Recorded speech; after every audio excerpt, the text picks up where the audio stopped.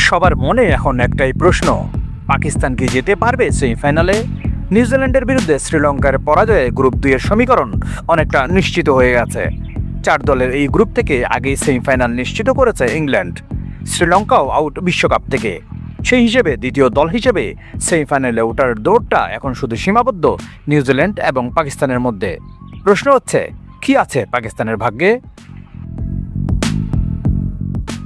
শ্রীলঙ্কার বিপক্ষে 61 রানের জয়ে সেমিফাইনাল ওঠার দৌড়ে ফেভারিট কিন্তু নিউজিল্যান্ড। পাকিস্তানের সম্ভাবনাও রয়েছে, তবে এর জন্য মেলাতে হবে অনেক জটিল সমীকরণ। কি সেই সমীকরণ? সুপার 8-এ নিজেদের শেষ ম্যাচে ইংল্যান্ডের মুখোমুখি হবে নিউজিল্যান্ড। যদি এই ম্যাচে নিউজিল্যান্ড জিতে তাহলে পাকিস্তানের সম্ভাবনা শেষ। নিউজিল্যান্ড জিতলে 5 পয়েন্ট নিয়ে তারাই হবে গ্রুপের শীর্ষ দল। কিন্তু যদি জিতে ইংল্যান্ড তাহলে বাড়বে সম্ভাবনা পাকিস্তানের। তবে এক্ষেত্রে পাকিস্তানকে খেয়াল রাখতে হবে রান রেটের দিকে, আর এই বিষয়ে ধারণা দিয়েছে ESPN ক্রিক ইনফো।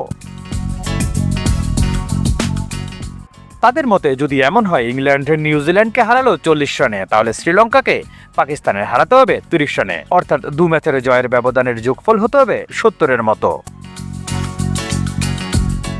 আবার নিউজিল্যান্ড যদি আগে ব্যাটিং করে আর সেই রান যদি ইংল্যান্ড 17 ওভারের মধ্যে টপকে যায় এবং শ্রীলঙ্কার দেওয়া টার্গেট যদি পাকিস্তান 14.4 ওভারের ভেতরে টপকাতে পারে, তাহলেই সেমিফাইনালে যাবে পাকিস্তান। অর্থাৎ অনেক যদি কিন্তুর মাঝখানে এখন পাকিস্তান। সবকিছু পেছনে ফেলে পাকিস্তান সেমিফাইনালে যায় কিনা, এটাই এখন দেখার বিষয়।